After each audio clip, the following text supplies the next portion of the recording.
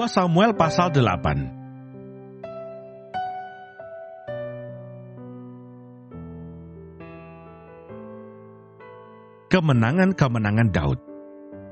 Sesudah itu Daud memukul kalah orang Filistin dan menundukkan mereka.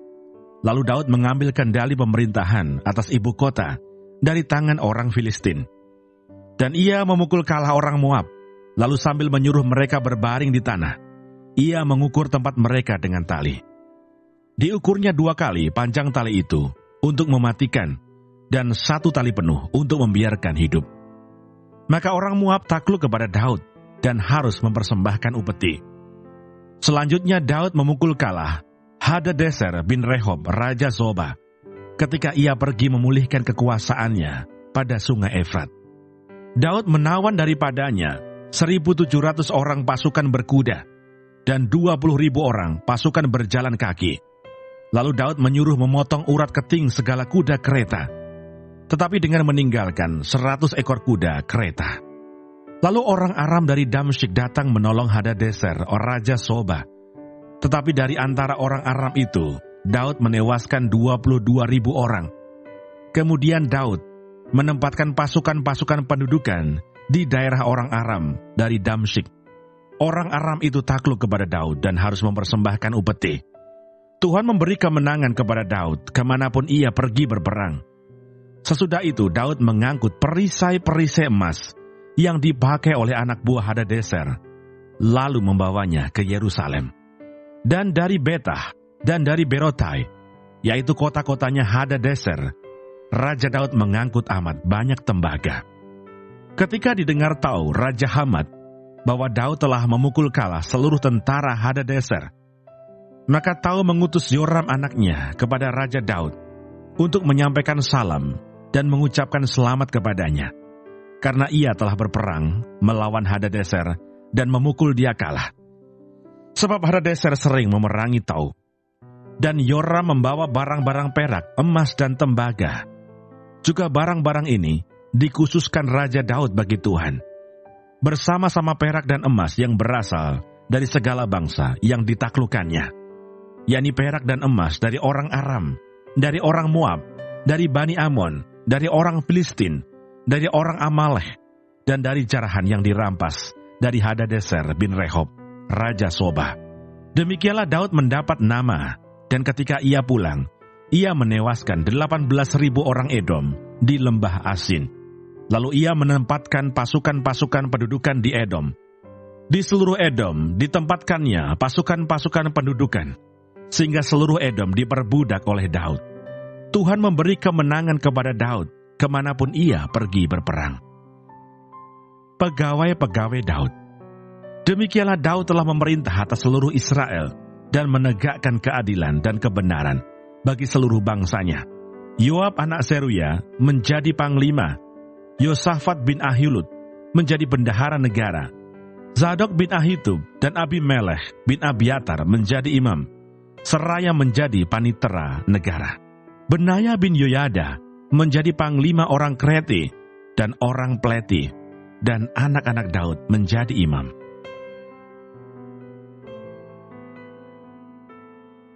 Dua Samuel pasal 9.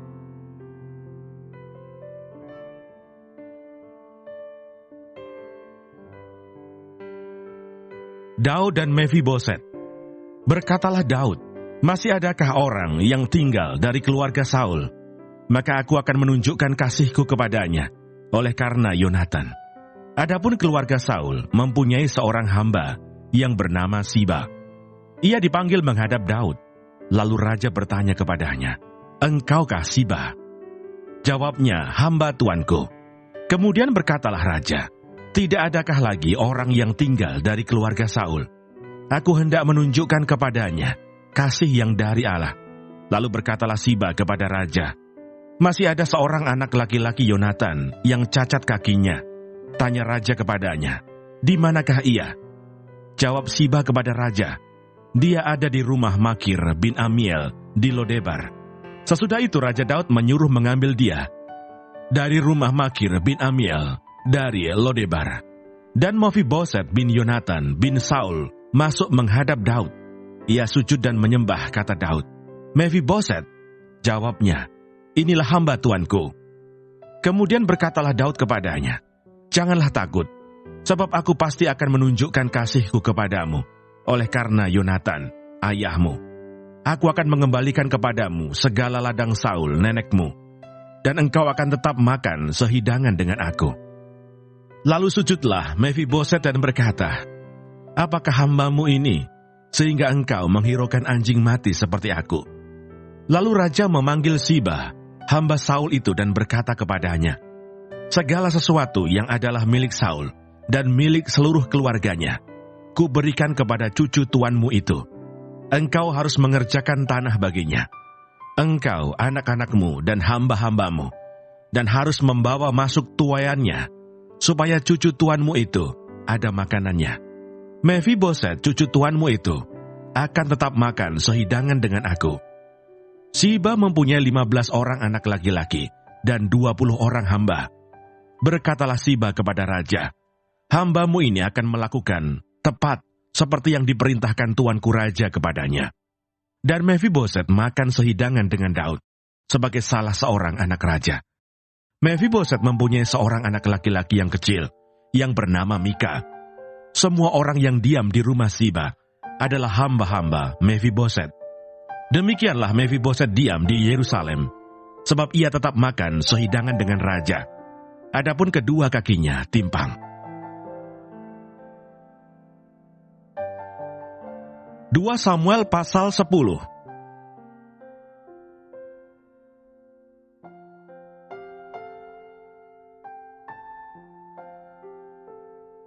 Daud berperang melawan Bani Amon dan orang Aram. Sesudah itu matilah raja Bani Amon, dan Hanun anaknya menjadi raja menggantikan dia. Lalu berkatalah Daud, "Aku akan menunjukkan persahabatan kepada Hanun bin Nahas, sama seperti ayahnya telah menunjukkan persahabatan kepadaku." Sebab itu Daud menyuruh menyampaikan pesan turut berduka cita kepadanya dengan perantaraan pegawai-pegawainya karena kematian ayahnya. Tetapi ketika pegawai-pegawai Daud sampai ke negeri Bani Amon itu, berkatalah pemuka-pemuka Bani Amon itu kepada Hanun, tuan mereka, "Apakah menurut anggapanmu, Daud hendak menghormati ayahmu, karena ia telah mengutus kepadamu orang-orang yang menyampaikan pesan turut berduka cita? Bukankah dengan maksud untuk menyelidik kota ini, untuk mengintainya dan menghancurkannya? Maka Daud mengutus pegawai-pegawainya itu kepadamu." Lalu Hanun menyuruh menangkap pegawai-pegawai Daud itu. Disuruhnya mencukur setengah dari janggut mereka dan memotong pakaian mereka pada bagian tengah sampai pantat mereka. Kemudian dilepasnya mereka. Hal ini diberitahukan kepada Daud. Lalu disuruhnya orang menemui mereka, sebab orang-orang itu sangat dipermalukan. Raja berkata, "Tinggallah di Yeriko sampai janggutmu itu tumbuh, kemudian datanglah kembali." Setelah dilihat Bani Amon bahwa mereka dibenci Daud, maka Bani Amon itu menyuruh orang menyewa dari orang Aram Bet Rehob dan orang Aram dari Soba, 20.000 orang pasukan berjalan kaki. Dari raja negeri Maaka 1.000 orang, dan dari orang-orang top 12.000 orang. Ketika Daud mendengar hal itu, disuruhnyalah Yoab maju dengan segenap pasukan pahlawan. Lalu Bani Amon maju, diaturnya barisan perangnya di depan pintu gerbang. Sedang orang Aram dari Soba dan dari Rehob dan orang-orang Tob dan Maaka ada tersendiri di padang. Ketika Yoab melihat bahwa serangan itu mengancam dia dari depan dan dari belakang, maka dipilihnyalah sebagian dari orang pilihan Israel. Lalu ia mengatur barisan mereka berhadapan dengan orang Aram itu. Selebihnya dari rakyat itu ditempatkannya di bawah pimpinan Abisai adiknya, yang mengatur barisan mereka berhadapan dengan Bani Amon itu. Lalu berkatalah Yoab, "Jika orang Aram itu lebih kuat daripada aku, maka haruslah engkau menolong aku. Tetapi jika Bani Amon itu lebih kuat daripadamu, maka aku akan datang menolong engkau. Kuatkanlah hatimu dan marilah kita pergi menguatkan hati untuk bangsa kita dan untuk kota-kota Allah kita. Tuhan kiranya melakukan yang baik di matanya." Lalu Yoab dan tentara yang bersama-sama dengan dia maju berperang melawan orang Aram, dan orang-orang itu melarikan diri dari hadapannya. Ketika Bani Amon melihat bahwa orang Aram sudah melarikan diri, maka mereka pun larilah dari hadapan Abisai dan masuk ke dalam kota. Sesudah itu pulanglah Yoab setelah memerangi Bani Amon, dan sampailah ia ke Yerusalem. Ketika orang Aram melihat bahwa mereka telah terpukul kalah oleh orang Israel, maka berkumpullah mereka bersama-sama. Juga Hadadezer menyuruh orang Aram yang di seberang sungai Efrat maju berperang. Mereka sampai ke Helam di bawah pimpinan Sobah, panglima tentara Hadadezer. Setelah hal itu diberitahukan kepada Daud, maka dikumpulkannya seluruh orang Israel di seberanginya sungai Yordan, lalu sampai ke Helam. Orang Aram mengatur barisannya berhadapan dengan Daud dan bertempur melawan dia. Tetapi orang Aram itu lari dari hadapan orang Israel, dan Daud membunuh dari orang Aram itu 700 ekor kuda kereta dan 40.000 orang pasukan berkuda. Sobah, panglima tentara mereka, dilukainya sedemikian hingga ia mati di sana. Ketika dilihat semua raja yang takluk kepada Hadadezer bahwa mereka telah terpukul kalah oleh orang Israel, maka mereka mengadakan perdamaian dengan orang Israel dan takluk kepada mereka. Sesudah itu takutlah orang Aram memberi pertolongan lagi kepada Bani Amon.